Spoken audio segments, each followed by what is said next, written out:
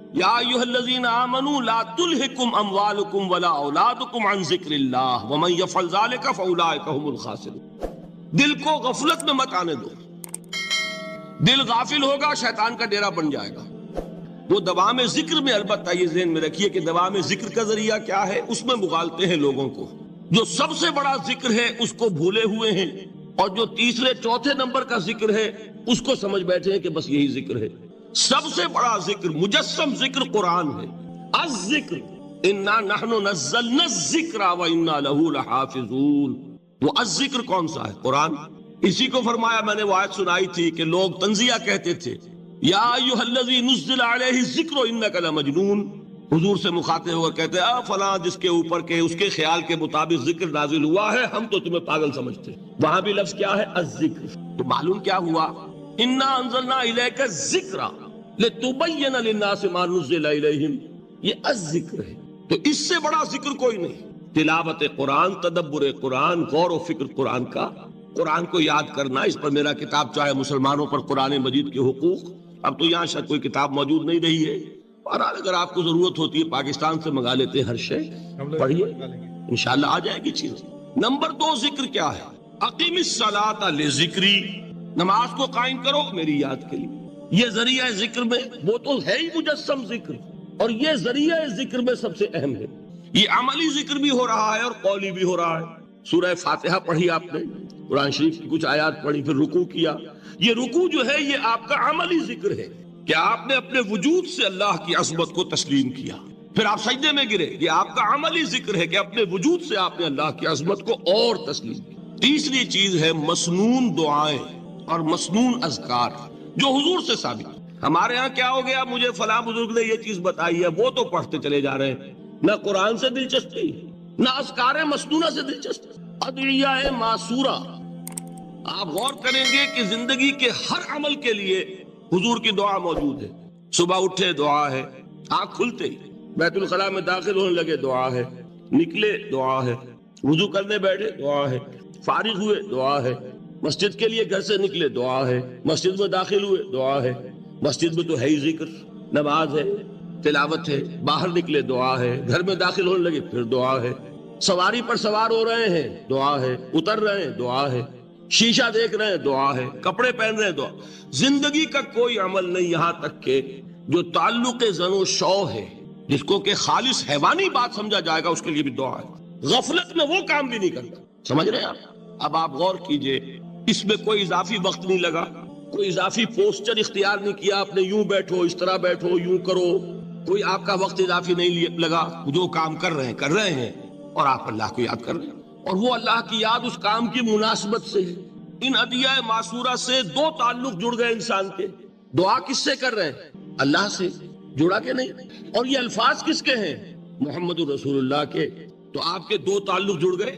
آپ اپنی جی سے گھڑ کر دعا مانگیں گے تو پہلا تعلق تو ہو جائے گا، دوسرا نہیں ہوگا۔ بہتر سے بہتر دعا مانگ لیں آپ، لیکن حضور سے جو معصور اور مسنون الفاظ جب آپ زبان سے نکالتے ہیں تو آپ کا تعلق اللہ سے بھی ہوا بذریعہ دعا، اور وہ الفاظ چونکہ حضور کے ہیں صلی اللہ علیہ وسلم تو حضور کے ساتھ ہوا۔ یہ تیسرا درجہ ہے۔ چوتھے درجے میں مانتا ہوں کہ ایک ہوتی ہے خاص کسی شخص کے امراض کی تشخیص کرنے کے بعد تجویز۔ کوئی اگر طبیب ہے، ماہر طبیب روحانی، وہ آپ کو دیکھے گا تو اندازہ لگائے گا کہ آپ میں کیا کمی ہے، اس کے مطابق آپ کو ذکر بتائے گا۔ بھئی فلاں آیت کا مراقبہ کیا کرو۔ کسی میں بزدلی ہوتی ہے، کسی میں مال کی محبت زیادہ ہوتی ہے، کسی میں توکل کی کمی ہے، کسی میں شہرت کی خواہش ہے، نمایاں ہونے کا جذبہ ہے، کسی میں تکبر ہے۔ سب کا ایک سا برس تو نہیں ہوتا نا۔ تو یہ در حقیقت اندھے کی لاٹھی سے نہیں چلنے والی بات، یہ تو ماہر کی کا کام ہے کہ وہ تجویز کرے کہ تمہارے لیے خاص طور پر ذکر۔ در حقیقت ہمارے جو یہ سلسلے تھے سلوک کے، یہ بڑے ماہر ہوتے تھے، یہ لوگ بڑے ماہر اطباء تھے۔ یہ جو علم نفسیات ہے اس کے ہمارے صوفیاء سے بڑھ کر کبھی کوئی عالم گزرا ہی نہیں دنیا میں۔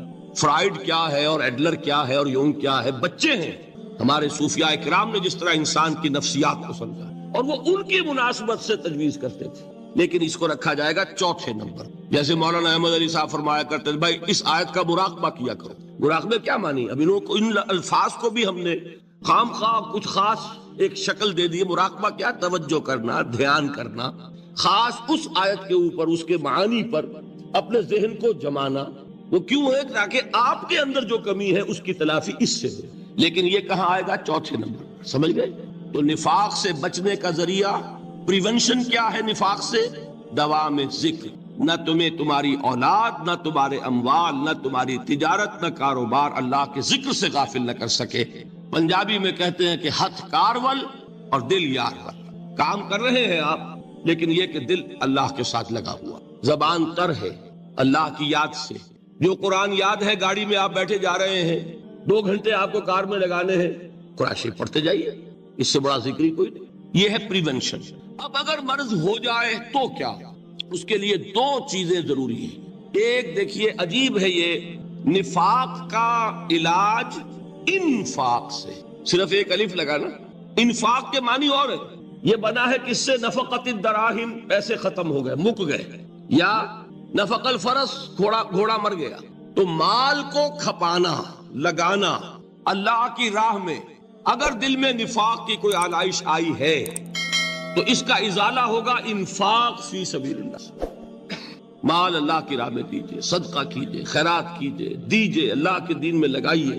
جتنا لگائیں گے نفاق دھل جائے. اس لیے کہ اصل سبب نفاق کا ہے ہی حب دنیا، دنیا کی محبت. لہذا اس کا ازالہ ہوگا جو سب سے محبوب شے ہے، مال. انہ لحب الخیر لشدید. مال محبوب ترین ہے کہ نہیں؟ لہذا اس کو اللہ کی راہ میں لگائیں گے تو وہ نفاق دھل جائے. اور ایک اور چیز ہے جو بہت اہم ہے، بہت ہی شعوری طور پر اس کا اہتمام کیجئے. جس وقت دین کے کسی فرض کی انسان کو سمجھ آ جائے، اس کا شعور پیدا ہو جائے، پھر ڈیلے نہ ہو. ذرا سا ڈیلے جو ہے اس پر عمل کرنے میں، یہ در حقیقت نفاق کو جڑ پکڑنے کا موقع دینا ہے. Immediate action. ایک بات سمجھ میں آ گئی، فوراً عمل کرو. اس میں شیطان کیا کرتا ہے؟ ذرا ٹھہر جاؤ، ابھی دیکھو یہ فرض ہے، یہ ذمہ داریاں ہیں، یہ کرنا ہے، وہ پھر لگا دینا اپنے آپ کو.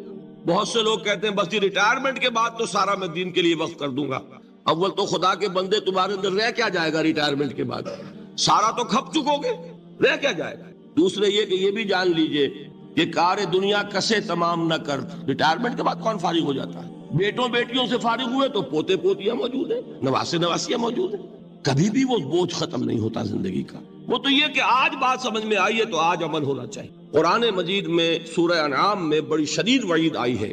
الفاظ ہیں یہ، وَنُقَلِّبُ أَفْئِدَتَهُمْ وَأَبْصَارَهُمْ كَمَا لَمْ يُؤْمِنُوا بِهِ أَوَّلَ مَرَّةٍ. انسان پر ایک حقیقت کا انکشاف ہوا کہ یہ بات حق ہے، فوراً تسلیم کر گیا. کسی مصلحت کی وجہ سے، کسی بزدلی کی وجہ سے، کسی لالچ کی وجہ سے، کسی اپنی سیادت یا قیادت کی وجہ سے. کیسے مان لوں؟ لوگ کہیں گے کہ یہ نیچے ہو گیا، وہ اونچا ہو گیا جس کی بات مانی. کسی وجہ سے رک گئے تو اللہ تعالیٰ اندر سے وہ جو استعداد ہے حق کو پہچاننے کی وہ سلب کر لیتا. وَنُقَلِّبُ أَفْئِدَتَهُمْ وَأَبْصَارَهُمْ. ہم الٹ دیں گے ان کے دلوں کو بھی اور ان کی آنکھوں کو بھی. کیوں؟ كَمَا لَمْ يُؤْمِنُوا بِهِ أَوَّلَ مَرَّةٍ. اس لیے کہ وہ پہلی مرتبہ جب انکشاف حق ہوا ہے وہ ایمان نہیں لایا. اس کا میں ایک واقعہ آپ کو سنانا چاہتا ہوں کہ کس طرح صحابہ کرام پر بھی وقتی طور پر یہ واقعہ اگر صحابہ کرام کا نہ ہوتا تو یہ حقائق سمجھ میں نہ آتے. غزوہ تبوک کے موقع پر یہ میں جملہ انکمپلیٹ رہ گیا، ضعف ایمان کا حملہ ہو جاتا تھا، نفاق کا نہیں معاذ اللہ. لیکن ضعف ایمانی کی اگلی منزل شروع ہو جاتی ہے نا نفاق. جہاں جھوٹ بولنا شروع کیا نفاق، جھوٹی قسمیں کھانی شروع کی سیکنڈ سٹیج، اور جہاں مومنین صادقین سے بغض اور عداوت پیدا ہو گیا وہ تھرڈ سٹیج. تو وہ ضعف ایمان کا کیسے ہوتا ہے یہ حضرت کعب ابن مالک نے بڑی تفصیل سے بیان کیا ہے. غزوہ تبوک کے موقع پر جہاں منافقین نے آ کر جھوٹے بہانے بنائے، جھوٹی قسمیں کھائیں اور حضور سے ایگزمپشن لے لی، چھٹی لے لی، رخصت لے لی، وہاں 3 ایسے صحابہ بھی تھے جو مومن صادق تھے، لیکن وقتی طور پر شیطان نے انہیں ورغلایا. کیسے ورغلایا وہ سمجھ لیجیے. کعب ابن مالک نے تفصیل سے بیان کیا ہے، اور میرے نزدیک یہ جہاں تک میرا مطالعہ ہے طویل ترین حدیث ہے، بخاری اور مسلم میں بھی موجود ہے. حضور جب واپس آئے ہیں اور اب آپ نے ایک ایک کو بلایا. جن لوگوں نے تو پہلے جھوٹی قسمیں کھا لی تھی ان کو تو بلانے کی ضرورت نہیں تھی، لیکن کچھ لوگ ایسے بھی تھے کہ جنہوں نے ایگزمپشن بھی نہیں لی تھی اور گئے بھی نہیں تھے. اب ان کو آپ نے ایک ایک کر کے پیشی ہوئی. آپ کیوں نہیں گئے تھے؟ تو اب جو منافقین تھے ان میں سے انہوں نے اس موقع پہ جھوٹی قسمیں کھا لی. خدا کی قسم حضور ہم تو بالکل تیار تھے، پوری میں نے تیاری بھی کر لی تھی، پورا ارادہ تھا، یہ وقتی طور پر یہ مصیبت مجھ پر آ پڑی۔ جس نے قسم کھائی حضور نے کہا اچھا ٹھیک ہے جائیے۔ کعب ابن مالک کی باری آئی تو ان کے الفاظ اپنے یہ کہ جب میں پیش ہوا تو حضور کے چہرے مبارک پر ایک غصے والی مسکراہٹ تھی، زہر خند کہتے ہیں، ایک مسکراہٹ ہے لیکن غصے کے ساتھ، غضبناک۔ آپ فرمائیے آپ کیوں نہیں گئے؟ حضرت کعب یہ فرماتے ہیں کہ میں نے عرض کیا کہ حضور زبان میرے پاس بھی ہے، جھوٹ میں بھی بول سکتا ہوں، لیکن جھوٹ بول کر میں اس وقت آپ کی ناراضگی سے تو بچ جاؤں گا لیکن اللہ کے پکڑ سے نہیں بچ سکوں گا۔ میں اعتراف کرتا ہوں کہ جتنا صحت مند میں اس زمانے میں تھا کبھی نہیں تھا، جتنا فارغ البال اس وقت تھا کہ میرے پاس ساز و سامان موجود تھا راستے کے لیے، اتنا میں کبھی نہیں تھا۔ لیکن ہوا کیا؟ ہوا یہ کہ مجھے میرے نفس نے، شیطان نے پٹی پڑھائی۔ وہ پٹی کیا پڑھائی کہ حضور تو 30,000 کے لشکر کے ساتھ چلیں گے تو لشکر تو سلولی موو کرے گا نا، تمہارے پاس بڑی تکڑی، بڑی توانا، صحت مند اونٹنی ہے، تم ذرا 2 دن بعد چلنا تیزی کے ساتھ اور حضور سے مل جانا، بس یہ تاخیر کا حربہ۔ تو انہیں خیال آیا کہ ابھی 2 دن گھر کی ٹھنڈی چھاؤں ہے، میں یہاں پہ جو آرام ہے وہ کر لوں۔ مجھے جگر کا شعر یاد آیا ہے کہ تپتی راہیں مجھ کو پکاریں، دامن پکڑے چھاؤں گھنیری۔ ایک طرف فرض کی پکار ہے، اس میں تو ظاہر بات ہے کہ وہ تپتی راہیں ہیں، لا تنفروا فی الحر سنا چکا ہوں آیت۔ یہاں گھر میں نخلستان میں، کھجوروں کی چھاؤں میں، اہل و عیال میں یہ ٹھنڈی چھاؤں جو ہے یہ پکڑ رہی ہے، بھائی 2 دن ٹھہر کے چلے جانا، ٹھیک ہے، کوئی نیت میں خرابی نہیں نا۔ اس کے بعد پھر جب ابھی 2 دن اور ٹھہر جاؤ، یہ تو بڑا لمبا سفر ہے، ذرا تیز اور دوڑ لینا۔ تو فرماتے ہیں کہ حضور میں اسی طریقے سے تاخیر و تعویق میں پڑا رہا، یہاں تک کہ ایک روز اچانک مجھ پر یہ چیز منکشف ہوئی کہ اب تو میں چاہے کتنا بھی تیز چل لوں میں آپ سے نہیں مل سکتا، میرے اعصاب ڈھیلے ہو گئے، اس طرح میں محروم رہ گیا۔ حضور نے بائیکاٹ کا حکم دیا صحابہ کو، 3 صحابہ تھے ایسے، 2 اور تھے جنہوں نے اسی طریقے سے اعتراف کیا۔ حضور نے حکم دے دیا کوئی ان سے گفتگو نہ کرے، سوشل بائیکاٹ، بڑی سخت سزا تھی جو دی گئی ہے، اس کی بڑی تفاصیل ہے، اللہ تعالیٰ شوق دے تو وہ حدیث پوری پڑھیے، میں نے تو 2 جمعوں میں ایک مرتبہ صرف اس ایک حدیث کو بیان کیا تھا، شاید کہیں کیسٹس ہوں میرے ہاں، ہمارے نمبر کوئی مجھے یاد نہیں ہے، لیکن یہ بڑی عجیب حدیث ہے۔ لیکن اس میں جو اصل سبق ہے وہ کیا ہے؟ اس طریقے سے شیطان لے تو لال، تاخیر، تعویق، ابھی کیا جلدی ہے، ذرا اس کام سے فارغ ہو لو، ذرا پھر تلافی کر لینا، ذرا زیادہ زور سے کام کر لینا، یہ وہ چیز ہے کہ جو وہ تو خیر صحابی تھے بچ گئے، اگر وہاں جھوٹی قسم دکھا دیتے تو گئے تھے۔ یہ تو اتنا ہی ہے نا، مردی و نامردی قدم فاصلہ دارت، اس میں تو یہی ہے کہ ذرا ایک جھوٹی قسم کھا دیتے، جھوٹے بہانہ بنا دیتے تو اب ضعف ایمان نہ رہتا، وہ نفاق کی سند شروع ہو جائے۔ وہ اللہ تعالیٰ نے ان کو بچایا، لیکن یہ کہ ہم کیسے بچیں گے اگر ہم نے یہ روش اختیار کی؟ لہذا 3 کام، دوام ذکر نمبر 1، اس کی میں شرح کر چکا ہوں، 4 اذکار یاد کر لیجئے گا ان کو، ورنہ کیا فائدہ۔ نمبر 2 انفاق فی سبیل اللہ، نفاق کا علاج انفاق۔ نمبر 3 یہ عادت اپنے اندر پیدا کیجئے شعوری طور پر کہ جب ایک حقیقت واضح ہو جائے فوراً اعتراف کہ ہاں بھائی بات ٹھیک ہے آپ نے، جب ایک فرض کا احساس ہو جائے فوراً اس کی ادائیگی کے لیے آغاز۔ تاخیر و تعویق ہے کہ جس سے پھر نفاق کو موقع۔ اللہ تعالیٰ مجھے اور آپ کو حقیقی ایمان عطا فرمائے اور نفاق سے بچائے رکھے۔ اب آئیے حقیقت و اقسام شرک۔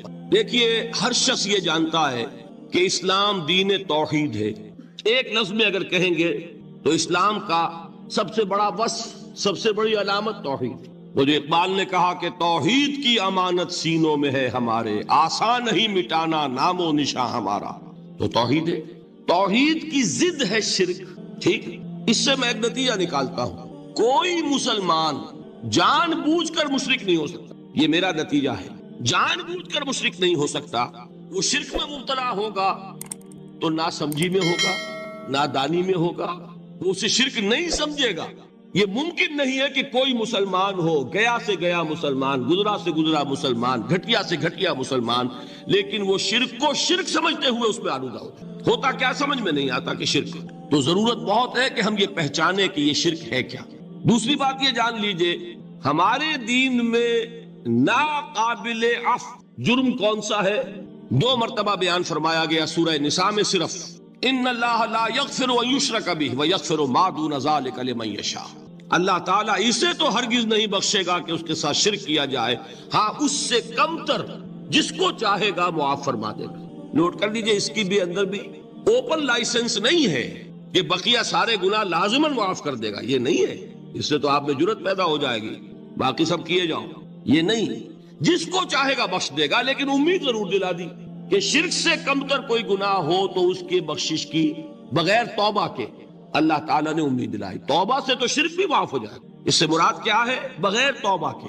اللہ تعالیٰ نے فرمایا کہ اور گناہوں کے بارے میں تو امید کی جا سکتی ہے لیکن شرک کے بارے میں ہرگز۔ اہمیت واضح ہو گئی۔ مزید نمبر 3، اس شرک کی ہماگیریت کا عالم یہ ہے کہ سورہ یوسف کی آیہ مبارکہ ہے وَمَا يُؤْمِنُ أَكْثَرُهُمْ بِاللَّهِ إِلَّا وَهُمْ مُشْرِكُونَ۔ انسانوں کی اکثریت کا حال یہ ہے کہ وہ اللہ پر ایمان نہیں رکھتے مگر کسی نہ کسی قسم کے شرک کے ساتھ۔ یہ یونیورسلٹی ہے اس کی کہ اللہ کو بھی مان رہے ہیں لیکن کسی نوع کا شرک جو ہے وہ بھی لگا رکھا۔ وَمَا يُؤْمِنُ أَكْثَرُهُمْ بِاللَّهِ، انسانوں کی اکثریت کا حال یہ ہے کہ وہ ایمان نہیں رکھتے اللہ پر، الا وہم مشرکون، مگر یہ کہ کوئی نہ کوئی شرک بھی کرتے ہیں۔ چوتھی بات یہ سمجھیے کہ شرک ہر دور میں بھیس بدل کر آتا۔ یہ ضروری نہیں ہے کہ شرک کی جو قسمیں آج سے 200 برس پہلے تھی صرف وہی آج بھی رہے۔ ہو سکتا ہے کہ بالکل نئی شکلیں اس شرک نے اختیار کر۔ اس سے کیا نتیجہ نکلا کہ اگر اجتہادی بصیرت نہیں ہوگی تو ہو سکتا ہے کہ ایک شخص جو ہمارے سابق علماء نے لکھ دیا کہ یہ چیز شرک، یہ چیز شرک، یہ چیز شرک، یہ چیز شرک، آج سے 500 برس پہلے کا انسان بڑے سے بڑا عالم دین اپنے زمانے کے شرک کو پہچان کر تو لکھ سکتا ہے، اس سے تو آپ بچ رہے ہیں۔ امام ابن تیمیہ نے اس کو شرک قرار دیا، اس کو شرک قرار دیا، اس کو شرک قرار دیا، کوئی شخص ہے جو اس سے تو بچ گیا۔ امام صاحب کی دی ہوئی بصیرت سے اس نے ان جو اقسام ہے شرک کی ان کو پہچان لیا، لیکن یہ عین ممکن ہے کہ آج کے شرک کو وہ نہ پہچان رہا ہو، اپنی جگہ وہ سمجھ رہا ہو اپنے آپ کو بہت بڑا موحد، جبکہ اس دور کا جو شرک ہے اس میں ملوث ہو۔ اس کو میں نے کہا ہے کہ اس شرک کے بارے میں بڑی اجتہادی بصیرت کی ضرورت ہے۔ فارسی کا ایک شعر ہے، بڑا پیارا شعر ہے، بہر رنگے کے خواہی جامہ می پوش، من انداز قدت رامی شناسم۔ اپنے محبوب سے کہہ رہا ہے شاعر کہ تم جس طرح کا چاہو لبادہ اوڑھ لو، میں تمہیں تمہارے قد سے پہچان لوں گا۔ کتنا ہی چھپا لو اپنے آپ کو، کیسے ہی لباس بدل لو، بہر رنگے کے خواہی جامہ می پوش، من انداز قدت رامی شناسم، میں تمہارے قد سے تمہیں پہچان۔ یہ اگر بصیرت نہ ہو کہ شرک کو اس کے قد سے پہچان سکیں آپ، اس کے لیے ضرورت ہے اصولوں کی۔ دیکھیے جس طرح الجبرا کے اصول ہوتے ہیں، فارمولا ہے، فارمولا ہاتھ میں آ گیا، مسئلے حل کرتے چلے جا رہے ہیں، آپ اپلائی کرنے کی دیر ہے فارمولے کی۔ اگر آپ نے صرف گنتی کر کے کسی زمانے کے شرک وہ تو سمجھ لیے، لیکن وہ بصیرت باطنی حاصل نہیں ہوئی، اجتہادی بصیرت، وہ اصول ہاتھ میں نہیں آئے کہ جس سے آپ پہچان سکیں، تو ہو سکتا ہے کہ اس دور کے شرک کو آپ نہ پہچان سکیں۔ اس کے لیے ضرورت ہے کہ اصل اصول ہاتھ میں آ جائیں تاکہ اصولوں کو اپلائی کریں۔ ایک بات مجھ سے اور سن لیجئے، میرا اپنا یہ تاثر ہے، ہمارے دین میں خیر، بھلائی، نیکی، چاہے وہ نظریے کی ہو، علم کی ہو، عقیدے کی ہو، عمل کی ہو، اخلاق کی ہو، وہ سب کیا ہے؟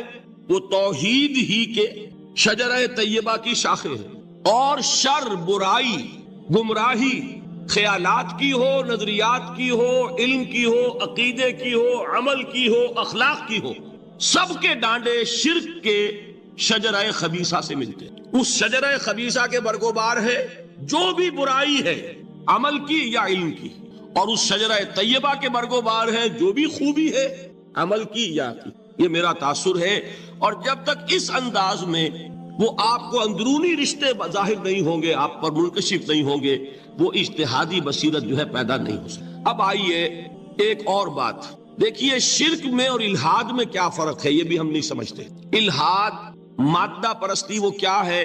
ایتھیزم، کسی بھی خدا کا انکار۔ ہمارے آج کے دور کی سب سے بڑی گمراہی یہ ہے۔ شرک کیا ہے؟ خداؤں کو ماننا، یہ کیا ہے؟ تھیزم ہے، لیکن پولی تھیزم ہے۔ توحید کیا ہے؟ مونو تھیزم ہے، ایک خدا کا ماننا۔ لیکن شرک کے اندر ایک اور حقیقت کو پہچان لیجئے، شرک میں ہمیشہ ٹاپ پر ایک خدا کو مانتے، باقی سارے خدا نیچے ہوتے ہیں، اوپر جا کر وہ توحید ہوگی ہمیشہ. کوئی مشرکانہ نظام ایسا نہیں ہے جو ٹاپ پر جا کر توحید نہ بنے. دیکھیے ہندو دیویاں دیوتا بے شمار، لیکن مہادیو وہ بھی کیا دو ہیں؟ مہادیو وہ تو ایک ہے. انگریزی میں گاڈز گاڈیسز، لیکن وہ چھوٹے جی سے لکھے جائیں گے. چھوٹے جی سے لکھے جانے والے gods and goddesses. Roman mythology ہو، گریک مائتھولوجی ہو، ان دیویوں دیوتاؤں کے نام ہی آپ نہیں یاد کر سکتے، لیکن گاڈ بڑے جی سے وہ ایک ہے کہ نہیں؟ ٹاپ پر جو ہے وہ ایک ہے، اس کو وہ بھی مانتے ہیں کہ اومنی پوٹنٹ، اومنیشنٹ، اومنی پریزنٹ، علی کل شیء قدیر، بکل شیء علیم، ہر جگہ موجود، وہ تو ایک ہی ہے. وہ تو کیپٹل جی سے لکھا جائے گا. باقی اس کے نیچے فوج ہے دیویوں کی، دیوتاؤں کی، خداؤں کی اور خدانیوں کی، وہ گاڈز اینڈ گاڈیسز ہیں. عرب میں کیا تھا؟ میں نے پہلے آپ کو وہ دو مثالیں دے دی ہیں، تیسری اور ایران کی لے لیجئے. خیر کا خدا اور شر کا خدا اور، ایک یزداں ایک اہرمن. ٹھیک، سنویت ہو گئی نا، دو خداؤں کو مانا، لیکن وہی ہے جو خدائے خدائے گاں، خداؤں کا خدا، اس کو ایک ہی مانتے ہیں. یہی معاملہ عرب میں تھا. اللہ وہ ایک ہی تھا ان کے ہاں. قرآن میں آتا ہے ان سے پوچھئے وَلَئِن سَأَلْتَهُم مَّنْ خَلَقَ السَّمَاوَاتِ وَالْأَرْضَ لَيَقُولُنَّ اللَّهُ. جب ان سے کہا جاتا ہے کہ کس نے پیدا کیا آسمان اور زمین کو، یہ فوراً کہیں گے اللہ نے. فَأَنَّىٰ يُؤْفَكُونَ. تو یہ ماننے کے بعد کدھر جا رہے ہیں؟ وہ کیا کہتے تھے کہ وہ بڑا اللہ تو ایک ہی ہے، لیکن چھوٹے آلہہ ہیں. آلہہ اور اللہ میں وہی فرق ہے جو کیپٹل جی کا گاڈ اور چھوٹے جی سے گاڈز اینڈ گاڈیسز. وہی فرق ہے کہ جو مہادیو اور دیویوں اور دیوتاؤں میں ہے، وہی وہاں تھا. اللہ وہ ایک اور سپریم، سب سے بالا تر، اس سے اوپر کوئی نہیں، تخلیق میں اس کا کوئی ساجی نہیں. لیکن اس نے کچھ آلہہ ہیں جنہیں کچھ اختیارات تقسیم کیے ہوئے، کچھ اس کے لاڈلی ہستیاں ہیں جو سفارش کر سکتی ہیں. بس یہ شرک تھا مشرکین مکہ کا. بات سمجھ رہے ہیں؟ اس کا جائزہ لیں گے تو آپ کو، اور جو آج شرک کی اقسام میں بیان کروں گا اس کو ہاتھ میں لیں گے تو کسی موحد کا تلاش کرنا مشکل ہو جائے گا. ڈھونڈ اب ان کو چراغ رخ زیبا لے کر.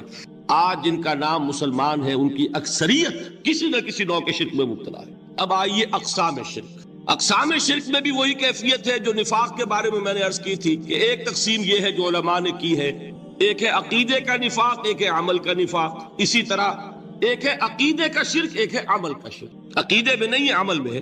ایک تقسیم آپ نے سنی ہوگی شرک جلی، شرک خفی. ایک ہے ننگا شرک، کھلم کھلا شرک. ایک ہے چھپا ہوا شرک جو نظر نہیں آتا.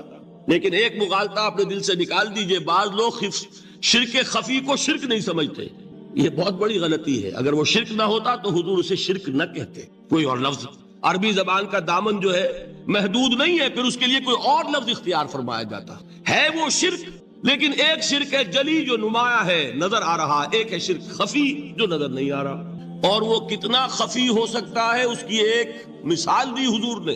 شرک خفی اتنا خفی ہو سکتا ہے، ذرا مبالغہ دیکھیے جو حضور نے بات کو سمجھانے کے لیے مثال میں جو مبالغہ اختیار فرمایا.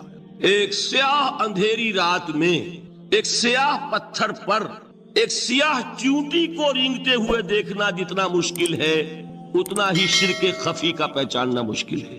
بتائیے، آپ نے فرمایا انا افصح العرب، میں عرب کا فصیح ترین انسان ہوں. اس سے آگے کوئی مثال دی جا سکتی ہے؟ اندھیری رات، تاریک رات، پتھر سیاہ، چیونٹی سیاہ، کون دیکھ سکتا؟ جتنا اس کو دیکھنا ناممکن ہے اتنا ہی شرک خفی کا پہچاننا مشکل ہے. گویا کہ اس سے تو اللہ ہی بچائے گا تو انسان بچے گا. ایک آخری بات تمہیداً اور عرض کر دوں، پھر میں چلوں گا اقسام پر. میری جو باتیں آپ کے سامنے آئی اس سے ایک منطقی نتیجہ نکلتا ہے. کوئی شخص اگر حقیقتاً شرک سے بچ جائے، واقعتاً شرک سے بچ جائے، ہر قسم سے بچ جائے، اس سے بھی اوپر کوئی انسان ہوگا. گویا کہ یہ آخری منزل ہے. یا یوں کہیے کہ جس شخص کے بارے میں اللہ تعالیٰ یہ مان لے کہ میرا یہ بندہ شرک سے بری ہے، اس سے بڑی سند کوئی ہے؟ دی ہائیسٹ ٹیسٹیمونیل، سب سے بڑی سند، سب سے بڑی تعریف جو بندے کی ہو سکتی ہے وہ کیا ہے؟ یہ مشرک نہیں ہے. یہی وجہ دیکھیے آپ قرآن مجید میں حضرت ابراہیم کے ذکر میں دیکھیں گے. ابراہیم کا مقام کیا ہے؟ خلیل اللہ، ابو الانبیاء، امام الناس. تین نسبتیں ہیں، تینوں بڑی عظیم. اللہ کے ساتھ نسبت کیا ہے؟ خلیل. واتخذ اللہ ابراہیم خلیلا. ابو الانبیاء کتنے نبی ہیں ان کی نسل میں؟ اسحاق اور اسماعیل سے چلیے، پھر یعقوب اور یوسف، اور پھر چلیے موسیٰ اور ہارون، اور پھر چلیے سارے انبیاء بنی اسرائیل کے حضرت عیسیٰ، پھر یہاں تک کہ محمد الرسول اللہ کس کی اولاد ہے؟ ابراہیم کی، ابو الانبیاء۔ اور نمبر 3، انی جاعلک للناس اماما، امام الناس۔ اور قرآن میں جو سب سے بڑی سند انہیں دی جاتی ہے وہ کیا؟ وما کان من المشرکین، وہ ابراہیم مشرکین میں سے نہیں تھے۔ معلوم ہوا کہ یہ سب سے بڑی سند ہے، سب سے بڑا سرٹیفکیٹ ہے، سب سے بڑا ٹیسٹیمونیل ہے جو اللہ کی طرف سے کسی کو مل جائے۔ میں جو اقسام شرک بیان کرنا چاہتا ہوں تو میری تقسیم ذرا مختلف ہے۔ اب وہ ذرا اپنے ذہن میں وہ نقشہ بنا لیجئے، آپ بنایا کرتے ہیں ایک، اس کو پھر 3 میں تقسیم کیجئے۔ شرک کی 3 بڑی بڑی قسمیں ہیں۔ شرک فی الذات نمبر 1، شرک فی الصفات نمبر 2، شرک فی الحقوق نمبر 3۔ اور یہ میں عرض کر دوں آپ سے پہلے ہی، یہ مضمون بہت طویل ہے، میں آج صرف یہ کروں گا کہ خاکہ مکمل کر دوں۔ اب اس خاکے میں رنگ بھرنا، وہ تو ایک موضوع پر شرک فی الذات پر پوری تقریر ہونی چاہیے، شرک فی صفات پر ہونی چاہیے۔ ایک ایک گھنٹے کے میرے 6 کیسٹ ہیں اللہ کے فضل و کرم سے، جو کئی سال سے وہ پھیل رہے ہیں۔ 6 گھنٹے میں نے ان چیزوں کو بیان کیا، وہ موجود ہوں گے، لیکن آج وہ خاکہ ذہن میں بنا لیجئے، اور کچھ آپ کو الجبرے کے فارمولے ہاتھ میں آ جائیں تاکہ خود آپ میں صلاحیت پیدا ہو جائے پرکھنے کی کہ اس فارمولے کو اپلائی کر کے دیکھ لیں یہ شرک ہے یا نہیں۔ یہ 2 کام تو میں انشاءاللہ آج کر دوں گا، آپ مطمئن رہیں۔ باقی یہ کہ تفصیل وہ تو ہر سلسلے میں تفصیل پھر بہت ہوگی، وہ شوق ہو تو وہ کیسے آپ سنیے۔ تو 3 تقسیمیں ہو گئی۔ شرک فی ذات، اللہ کی ذات میں کسی کو شریک کر دینا، یہ سب سے زیادہ نمایاں، سب سے زیادہ جلی، سب سے زیادہ عریاں، اور اللہ تعالیٰ کو سب سے زیادہ مبغوض اور ناپسند شرک۔ شرک فی صفات نمبر 2، یہ ایک علمی مسئلہ ہے جس میں آدمی ٹھوکر کھا جاتا ہے اگر محتاط نہ ہو۔ بڑے سے بڑے آدمی کو ٹھوکر لگ جائے گی، اس کا میں فارمولہ صرف آپ کو دوں گا، وہ ذہن میں رکھ لیجئے، پھر جہاں چاہیں اپلائی کیجئے، انشاءاللہ تعالیٰ آپ کو ٹھوکر نہیں لگے۔ شرک فی الحقوق، اسی کا دوسرا نام شرک فی العبادت ہے۔ اللہ کا حق کیا ہے بندے پر؟ بندہ اللہ کی عبادت کرے، لیکن اس کو 5 اس کے مظہر ہیں، وہ ان میں گن کر بتا دوں گا کہ یہ شرک فی العبادت ہے۔ شرک فی العبادت کی اکثر شکلیں وہ ہیں کہ جو عملی شرک علماء جسے کہتے ہیں، اور اس کی شکلیں وہ ہو جائیں گی جن کو شرک خفی کہتے ہیں۔ تو سب سے جلی شرک فی الذات، سب سے خفی شرک فی الحقوق یا شرک فی العبادت، درمیان میں ایک علمی اعتبار سے مسئلہ ہے شرک فی الصفات۔